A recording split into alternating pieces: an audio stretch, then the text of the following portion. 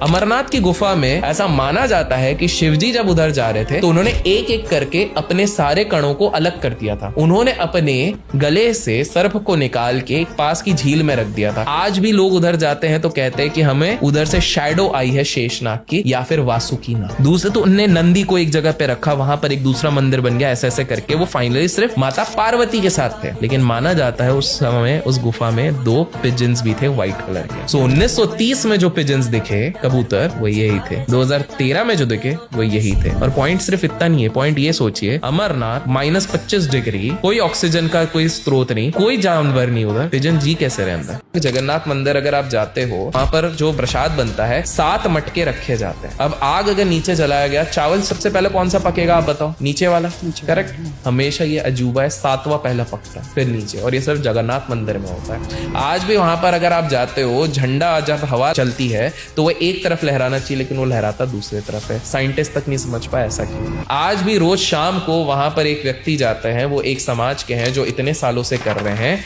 Last 800 साल से ये परंपरा चले आ रही है। रोज नंगे पांव ऊपर, एक तरीके से आप समझो 5 फ्लोर की बिल्डिंग चढ़ रहे हैं, और 30 किलोस का वेट होता है, उसमें ध्वज होता है, वो ध्वज लगाते हैं रोज, चाहे आंधी हो, तूफान हो, बारिश हो, क्योंकि अगर एक दिन भी नहीं लगा तो मंदिर 12 साल के लिए बंद हो जाए। तो ये सारी चीजें क्या है, साइंस भी इसके सामने फेल है।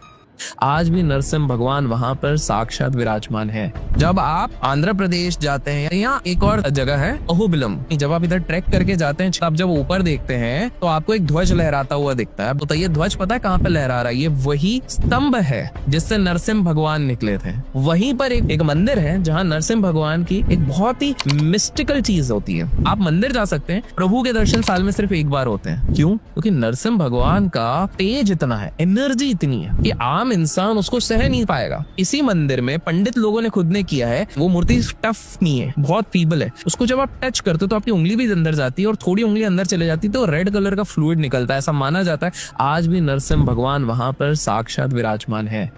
केदारनाथ की अगर मैं बात करूं, 2013 बहुत भयंकर तरीके से बाढ़ आता है, बहुत सारे पेड़ उजड़ जाते हैं। माना जाता है 5000 से ज्यादा लोगों ने अपने प्रियजनों को खोया उस समय पे। उस समय पे पता है क्या हुआ? हर जगह त्राही त्राही मची हुई है। लोग ये सोच रहे हैं केदारनाथ मंदिर बचेगा, नहीं बचेगा। 5 किलोमीटर दूर से 1000 टन का एक पत्थर आता है, उसको आज भीमशिला कहते हैं, और वो आके एग्जैक्ट ऐसी लोकेशन पे फिट हो जाता है जिसके चक्कर में उस मंदिर में एक बूंद पानी नहीं पहुंच पाती है। पूरा का पूरा प्रोटेक्टेड रहा, सब कुछ आसपास का इधर उधर हो गया, वो मंदिर कुछ नहीं हुआ। ये कैसे हो सकता है? आज भी अगर आप केदारनाथ के दर्शन करोगे तो उसको पीछे पत्थर उसको रखा गया। भीमशिला इसलिए नाम दिया गया क्योंकि माना जाता है क्योंकि केदारनाथ की स्थापना कहीं ना कहीं पांडवों ने की रही थी, तो एक भीम की शक्ति थी जिसने कहीं ना कहीं इतने बड़े रॉक को उठा के वहां पे प्लेस कर दिया। गिरनार पर्वत में 10,000 स्टेप्स हैं।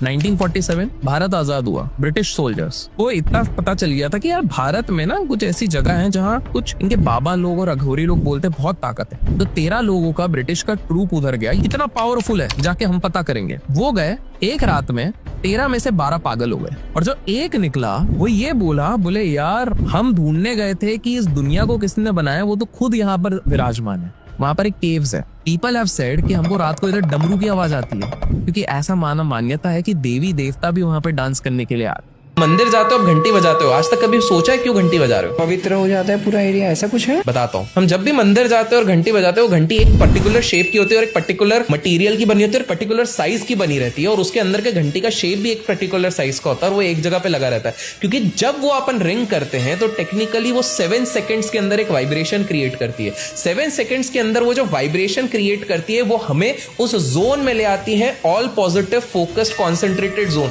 जहां हमारे और ईश्वर के बीच में और कुछ नहीं रहता। इसलिए आप जब मंदिर जाते हो और घंटी बजा के तो आपको एक अलग वाइब्रेशन फील हो। कुछ लोग बोलते हैं राम सेतु ब्रिज नहीं बना है। नासा ने खुद ने जब सैटेलाइट के इमेज डाले और उसने बताया कि भैया एक ह्यूमन मेड ब्रिज है जो पानी के नीचे ढक गया है इंडिया से श्रीलंका के बीच में, और उसकी डेट सीधे निकल रही है रामायण की। ये क्या था? राम सेतु ब्रिज ही था। रामेश्वरम में जाएंगे, आज भी आपको ऐसा पत्थर मिलेगा जो पानी के ऊपर तैर रहा है। अब साइंटिस्ट लोग बोलेंगे अरे वोल्केनिक इरप्शन के बाद जो एक हैलो स्टोन बन जाएगा तो वैक्यूम के साथ साथ वो फ्लोट करने लग जाएगा पानी में। ऐसा रामेश्वरम के पास कौन सा वोल्केनो है? अब बताइए, नहीं है।